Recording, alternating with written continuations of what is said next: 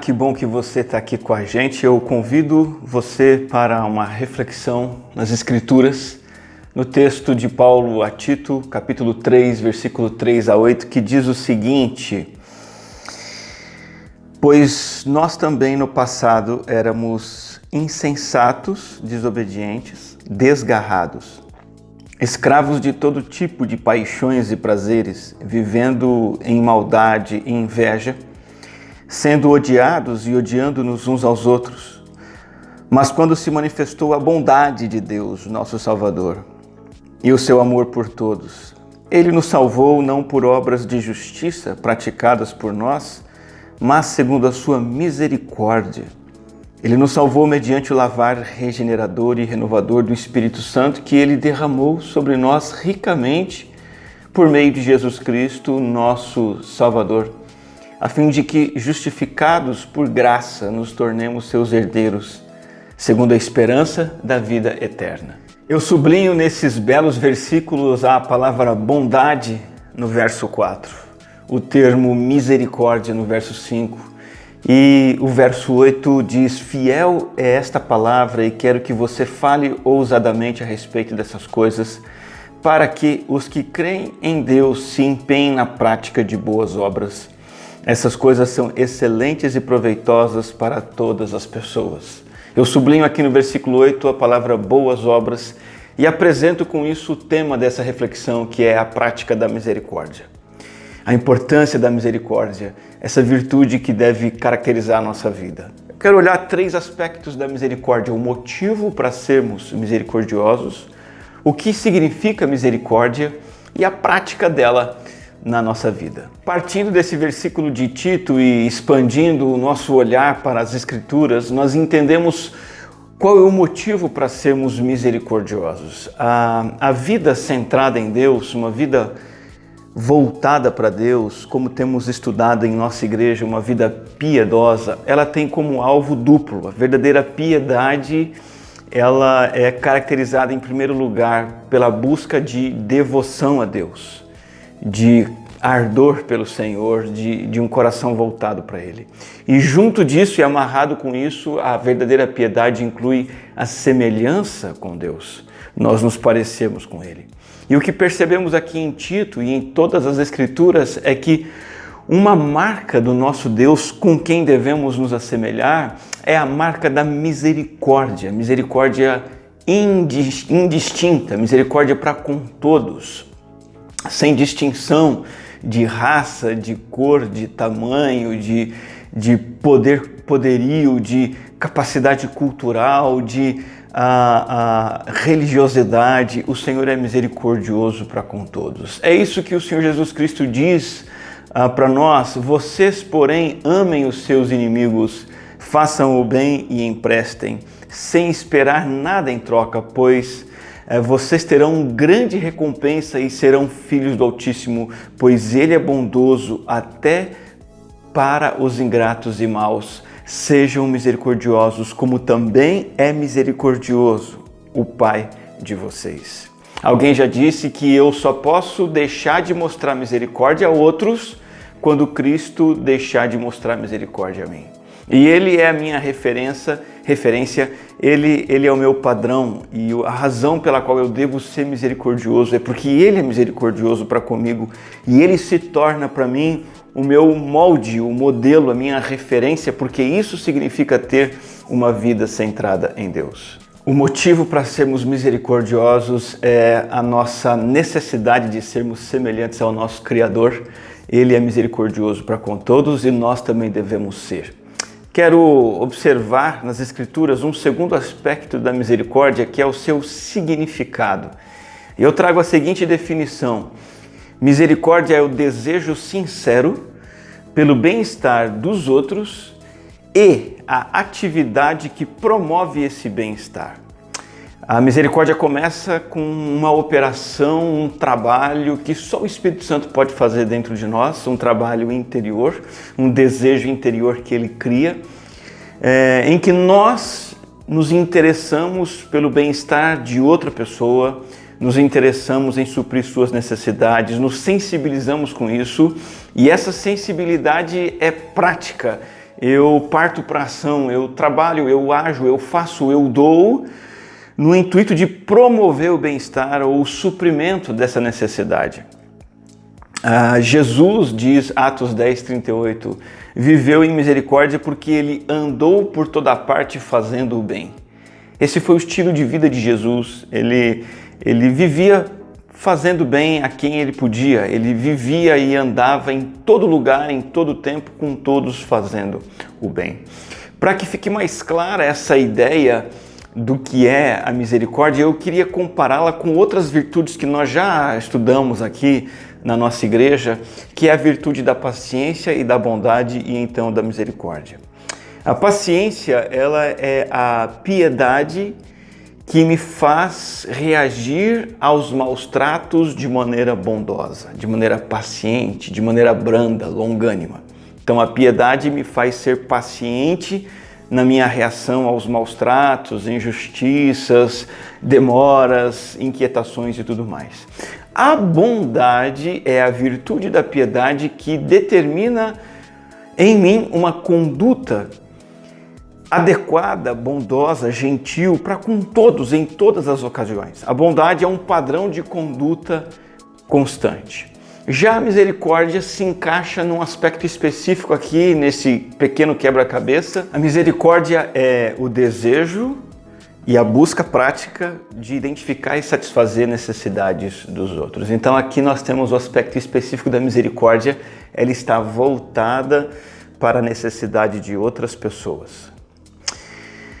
Conta-se de uma mulher aflita, angustiada, que se tornou uma nova frequentadora da igreja e ela ia à escola bíblica, às aulas dominicais, sempre chegando tensa, com o rosto fechado, sempre reservada e sempre chegava em cima da hora e na oração de encerramento da aula ela saía rapidamente e com o tempo ficou evidente que ela não queria conversa com ninguém. O professor daquela classe de escola bíblica percebeu que a sala começou a notar e comentar sobre aquela mulher sem saber exatamente o que estavam fazendo. Certa aula, o professor decidiu pedir que alguém fizesse a oração final no lugar dele para que ele pudesse abordar aquela aluna antes que ela fosse embora. E de fato ele conseguiu tirar dela algumas palavras e conversou um pouco. E ela pôde desabafar a sua situação e o professor descobriu que o marido vinha maltratando a ela e aos filhos há um bom tempo e recentemente o marido tinha abandonado. E ela estava aflita, buscando resposta, buscando direção, buscando esperança, estava em busca de Deus. E a partir daquele momento o professor começou a ver aquela mulher com outros olhos, com um olhar de misericórdia. E ele entendeu que deveria esclarecer a sua classe sobre aquilo, encorajou a classe e os alunos a que começassem a orar por aquela mulher e apoiá-la. E de fato alguns alunos corresponderam, se sensibilizaram e começaram a dar apoio para aquela mulher. E com o tempo ela foi ficando mais familiarizada com a igreja, ela foi se ambientando e foi ficando mais tranquila até que chegou a tomar a sua decisão por Cristo e encontrou as respostas que precisava para as suas aflições. Isso é misericórdia, é essa sensibilidade para a situação de alguém que me leva a apoiar, a ajudar de alguma maneira prática. A misericórdia abrange quem? Ela precisa abranger ao nosso bairrismo afetivo. A misericórdia precisa ir para além das nossas preferências, dos nossos gostos. O Evangelho de Lucas, no capítulo 6, Jesus vai dizer o seguinte: olha, não adianta nada você fazer o bem e amar quem ama você. Isso é bairrismo. Não adianta nada você tratar bem quem trata você bem. Isso é bairrismo.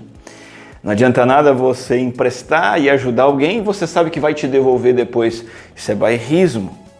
A verdadeira misericórdia ela vai para além disso e ela abrange aqueles que não merecem, aqueles que não nos amam, aqueles que não nos tratam bem. Quando você diz a alguém, nunca mais faço nada por você, nunca mais faço nada por essa pessoa, nós estamos estabelecendo o padrão, isso é muito comum, da misericórdia humana, em que nós esperamos que alguém nos ame de volta, nos trate bem de volta e devolva o que emprestamos.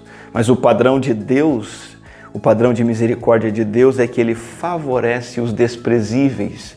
E nós temos o seguinte chamado: sejam misericordiosos como também é misericordioso o Pai de vocês. E Ele derrama chuva sobre bons, mas também para os maus. Esse padrão de misericórdia, o desejo sincero do bem-estar pelo outro e a atividade que promove isso, esse padrão é viabilizado na minha vida e na sua vida pela graça de Deus. Sem a graça de Deus nos transformando de dentro para fora, nosso modus operandi natural é de sermos autocentrados e tribais, sermos bairristas. Mas quando a misericórdia de Deus nos contagia, nos infecta, então o nosso coração se alarga para os outros. É a graça de Deus, quando vemos Deus desejando o nosso bem-estar e trabalhando pelo nosso bem-estar, operando em Cristo Jesus, o seu Filho, a nossa salvação. Quando compreendemos isso, então isso alarga o nosso coração para que nós tenhamos esse mesmo padrão de misericórdia para com outras pessoas. Eu quero trazer agora algumas ideias para você, bem práticas, sobre a prática da misericórdia. Porque, de fato, a nossa salvação é pela fé. Não há dúvida, Efésios 2 diz: pela graça vocês são salvos mediante a fé. Isso não vem de vocês, é dom de Deus, não de obras para que ninguém se glorie. O nosso Deus exclui totalmente aqui a necessidade de boas obras para que alcancemos a salvação. Entretanto, o versículo seguinte de Efésios 2, o versículo 10, é muito enfático em afirmar que nós somos salvos para fazer as boas obras, e o texto diz: as quais Deus de antemão preparou para que andássemos nelas. O que Paulo está dizendo é que Deus planejou antes mesmo de nós existirmos as boas obras que deveríamos praticar, e Ele nos salvou para isso. E a palavra andar em boas obras nos dá a ideia de um viver diário, de pequenos gestos cotidianos. Este ensinamento de Efésios 2:10 não nos fala de grandes obras, de generosidade, sacrificiais. Não. Pequenos gestos cotidianos. Uma frase que diz o seguinte: grande parte da felicidade do mundo depende daquilo que se denomina pequenas coisas. E é raro que Deus nos honre com distinções heróicas e famosas na prática do bem. Eu gosto de acordar 5 da manhã, 5:10, 5:15 no máximo, eu já consigo estar de pé e quero tomar o meu cafezinho para poder ler a minha Bíblia e ter meu tempo de oração. E eu adoro quando a Cristina, no domingo à noite, deixa a máquina de café preparadinha, com o pó colocado, a xícara ali embaixo, e aí eu posso só acordar de manhã, apertar o botão e tomar o meu café. Isso é uma boa obra, algo pequeno, rotineiro, feito no dia a dia. E existem muitas outras coisas pequenas do dia a dia que são boas obras, às quais Paulo se refere aqui. Você sentar com seus filhos para orar com eles e ler a Bíblia. Você ter um tempo diário de conversa com sua esposa, o seu marido. Você levar o lixo para fora. Você estudar para uma prova com tranquilidade, com dedicação. Você cortar a grama da sua casa, lavar a sua louça. Mesmo que você não tenha a chance de fazer uma grande obra do tipo resgatar uma vítima ali dos escombros de um carro que capotou na pista, está em chamas, e você vai lá e heroicamente resgata aquela pessoa, talvez você não tenha essa chance, mas você pode ajudar a pessoa que faz a limpeza da igreja depois do culto, ajudar ela a recolher o lanche, limpar a mesa e limpar o chão que ficou sujo. Você pode fazer isso. E é disso que Paulo está falando. Essas coisas pequenas são coisas grandes que Deus planejou para nós realizarmos. Para que fique mais claro do que nós estamos falando aqui, eu quero mencionar 3 áreas de prática de boas obras. E a primeira é no trabalho, na nossa profissão. O que nós fazemos no trabalho é aplicar habilidades que Deus nos deu no ambiente onde Ele nos colocou para servir os outros. Então, alguém tem a habilidade de assentar tijolos para fazer paredes, para construir a casa para alguém morar. Alguém tem uma habilidade técnica de consertar um equipamento eletrônico para funcionar, para facilitar a vida de alguém. Um mecânico tem a capacidade de consertar o carro para que uma mãe possa levar os seus filhos para a escola.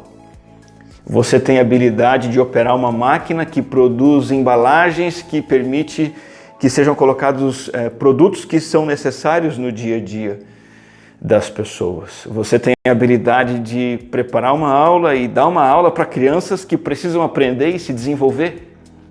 Veja, todas essas profissões são oportunidades de você aplicar uma habilidade que Deus te deu num lugar onde Ele te colocou para servir outras pessoas. E todas essas atividades são boas obras, obras de misericórdia que agradam ao Senhor. E olha que legal, além de tudo, você ainda é pago por isso. Você é pago para ser um professor, um mecânico, um pedreiro, uma faxineira, um técnico em informática. Isso é maravilhoso. E sabe, o trabalho é onde a pessoa passa boa parte da vida dela. Muitas pessoas vão passar a maior parte do seu tempo no trabalho. E você tem duas opções ali. Ver o seu trabalho como um mal necessário, literalmente, para que você alcance objetivos egocêntricos, para que você pague suas contas, você faça suas viagens, você acumule dinheiro para sua aposentadoria e para eu sobreviver eu tenho que trabalhar. Que pena que eu tenho que trabalhar, mas eu vou trabalhar. Você pode ver o trabalho dessa forma. Ou você pode ver o seu trabalho como uma oportunidade de exercer misericórdia, de suprir necessidades das pessoas e ainda por cima ser pago por isso. De que maneira você pretende encarar o seu trabalho?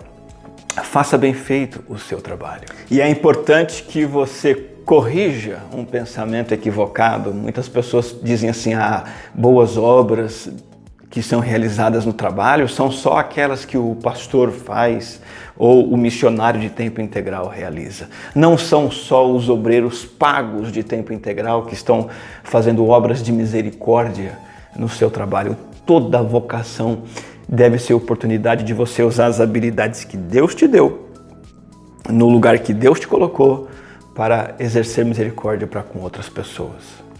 Um segundo ambiente em que você pode realizar obras de misericórdia é no seu lar, na sua casa, no seu convívio familiar.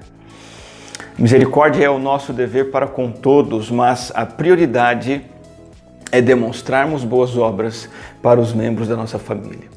1 Timóteo 5,8 diz, se alguém não tem cuidado dos seus, especialmente dos da sua própria casa, esse negou a fé e é pior que um descrente. As obras de misericórdia precisam começar em casa. Não faz sentido você inverter essa ordem, querer ter misericórdia dos necessitados, dos afegãos, dos refugiados, dos usuários de droga, dos idosos, das crianças, dos órfãos, ter misericórdia das tartarugas e das baleias, se você não exerce misericórdia em primeiro lugar dentro do seu próprio lar. Nosso primeiro dever no exercício da misericórdia, de ser sensível às necessidades dos outros, é dentro do nosso próprio lar. Eu conheci uma esposa que cantava na igreja, dirigia o ministério de promoção social na igreja, ajudava os necessitados, era a primeira a orar pela obra missionária na igreja, mas xingava o marido dentro de casa. Era um inferno conviver com aquela mulher. E ela jamais veio a conseguir ganhar o seu marido incrédulo para Cristo, porque ela não entendeu que o primeiro lugar onde ela deveria ser misericordiosa era no seu próprio lar. Nós estamos falando aqui de deveres, necessidades rotineiras do lar de qualquer um de nós. Temos que encontrar formas de praticar misericórdia ali. Existe até uma piada que diz o seguinte, se o marido diz que vai consertar alguma coisa, ele vai consertar. E você, esposa, não precisa ficar lembrando ele de 6 em 6 meses.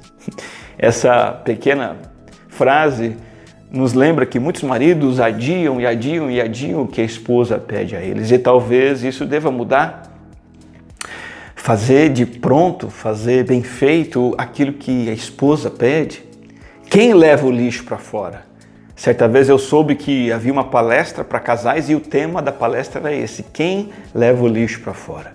Esse é um tema muito adequado para uma palestra de casais. Quem lava a louça da noite? Quem realiza as pequenas obras que suprem necessidades da família dentro de casa, o marido, a esposa, o filho.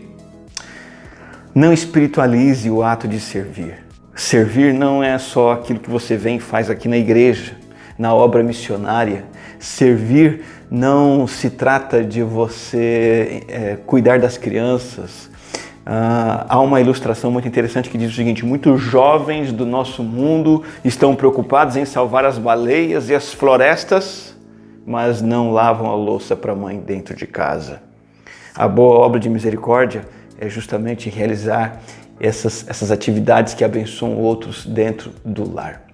Uma palavra especial para os maridos, para os homens. É nossa responsabilidade primeira sermos participativos no lar, sermos a referência para os demais. Não adianta esperar que a esposa faça as coisas, que os filhos façam as coisas, se nós mesmos não somos a referência deles em primeiro lugar, em fazermos boas obras pequenas, cotidianas, no dia a dia em nosso lar. Eu tenho um amigo, de vez em quando eu o visito, e na casa dele tem um canteiro e uma jardineira. E desde que ele foi morar nessa casa, poucas vezes ele aparou ali o mato do jardim e cortou a jardineira. E a jardineira cresceu muito, ficou enorme, ela está invadindo o muro da frente, o portão, e está começando até a dificultar o movimento do portão. E toda vez que eu vou até lá, ele me diz: eu vou fazer uma poda nessa jardineira. E aí eu volto da próxima vez e ele diz a mesma coisa: eu vou podar essa jardineira. E de novo, e de novo, e de novo. Isso já fazem mais de 10 anos. A boa obra de misericórdia é pegar o tesourão, pegar o facão, pegar uma ferramenta, podar aquilo e melhorar o ambiente para toda a família. Boas obras, prática da misericórdia, precisa acontecer no trabalho e no lar, mas também no mundo.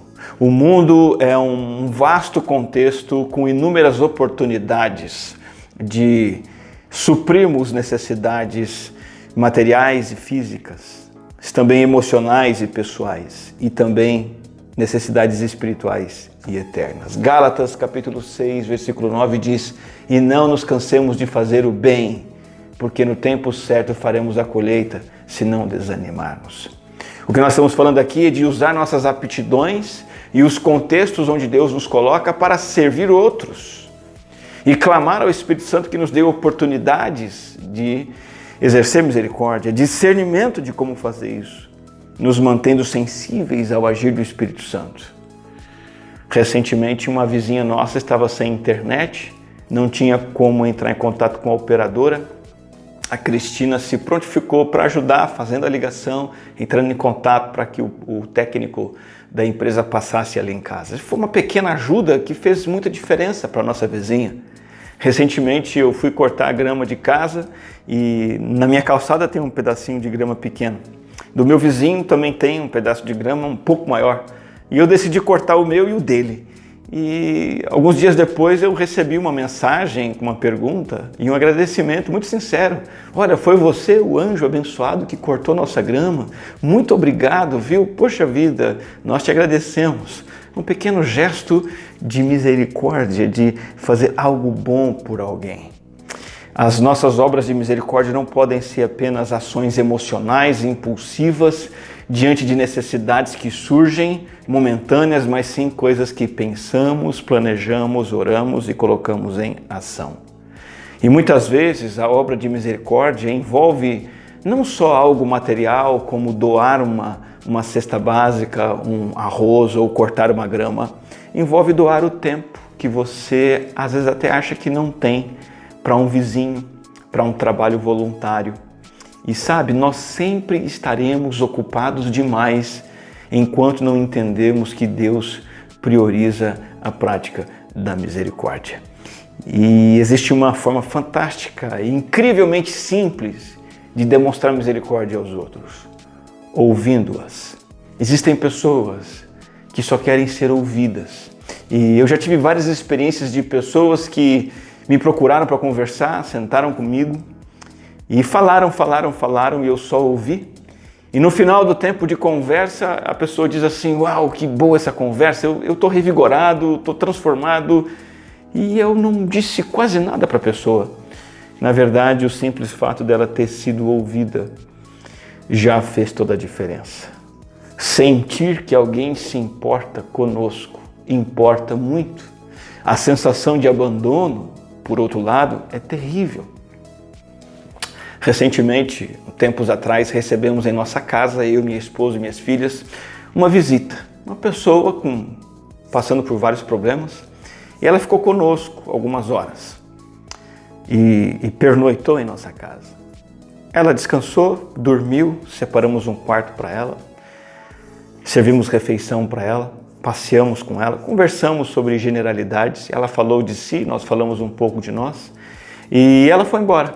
E depois de alguns dias ela nos mandou algumas mensagens muito bonitas, agradecendo muito tudo que pudemos fazer por ela e como foi bom para ela e como foi revigorante para ela. Nós fizemos muito pouco, apenas mostramos que nos importávamos com ela e isso foi muito importante para ela.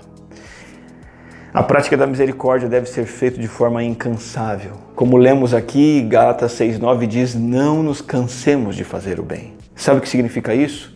Você não pode ser misericordioso pontualmente, uma vez por semana, num dado momento, numa ação isolada.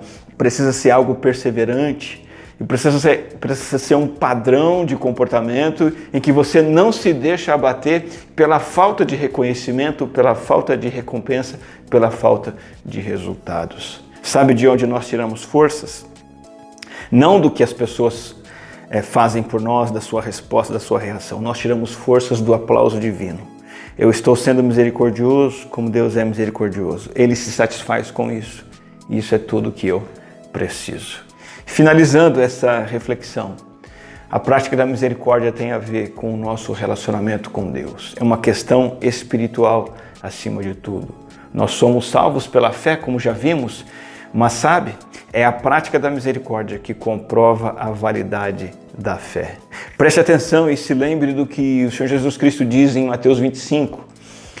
Numa parábola, verso 34, ele diz assim, então o rei dirá aos que estiverem à sua direita, venham benditos de meu Pai, venham herdar o reino que está preparado para vocês desde a fundação do mundo. Quem são essas pessoas que vão herdar o reino? Verso 35, porque tive fome e vocês me deram de comer, tive sede e vocês me deram de beber. Eu estava nu e vocês me vestiram, enfermo e me visitaram, preso e foram me ver. Veja que há averiguação no juízo final que o rei fará, a averiguação de quem vai entrar no reino celestial. A averiguação estará nos atos de misericórdia e não na decisão por Cristo. Não é quem aceitou Jesus que vai entrar no reino. Não é quem foi batizado, não é quem é membro da igreja, não é quem frequenta a igreja, é quem dá pão para quem tem fome. É quem dá água para quem tem sede. É quem hospeda o forasteiro. É quem dá roupa para aquele que precisa se vestir. Aquele que visita o enfermo, visita o preso. Veja, as ovelhas, os justos, estarão no reino por suas boas obras. Os cabritos, numa outra parte dessa parábola, os ímpios serão lançados no fogo pela falta de obras. Isso não significa que as obras salvam, mas que as obras dão evidência concreta da salvação. Deixa eu tentar ilustrar isso para você.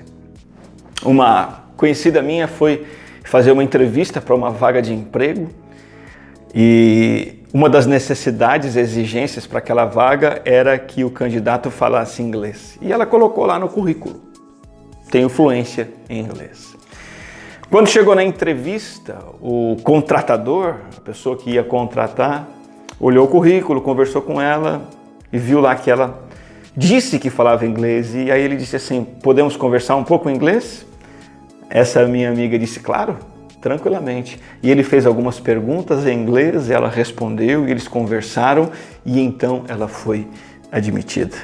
Veja, se eu digo que eu tenho fé em Jesus Cristo, que eu me converti eu fui batizado, me tornei membro da igreja, frequento a igreja, sou um religioso. Isso precisa ser atestado, averiguado e comprovado pela prática de obras de misericórdia.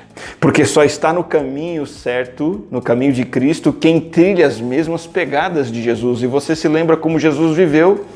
Ele viveu em toda parte, fazendo o bem. Em toda a sua vida ele fez o bem aos outros, até mesmo pendurado na cruz. Ele estava preocupado com o bem-estar e com a salvação dos ladrões ao seu lado e do povo que o afligia, que o atacava. Este é um apelo à misericórdia. Que você entenda o motivo para ser misericordioso, que é sermos misericordiosos como o próprio Deus é. O significado da misericórdia é justamente essa sensibilidade prática às necessidades das pessoas, essa sensibilidade que me leva a agir para suprir suas necessidades. E a prática da misericórdia não é a prática de gestos sacrificiais grandiosos. Você não precisa doar todo o seu salário para exercer misericórdia. Você pode doar uma cesta básica, você pode doar uma caixa de leite, você pode doar uma refeição. Pequenos gestos rotineiros. Eu queria terminar mencionando o que se diz em Atos capítulo 9 sobre uma mulher misericordiosa. O nome dela era Tabita.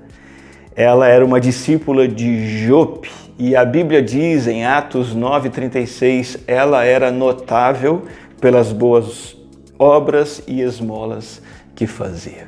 E por ser notável em demonstrar misericórdia com os necessitados, depois que ela morreu, ela deixou um legado e um impacto impressionantes. As viúvas que eram ajudadas por Tabita estavam chorando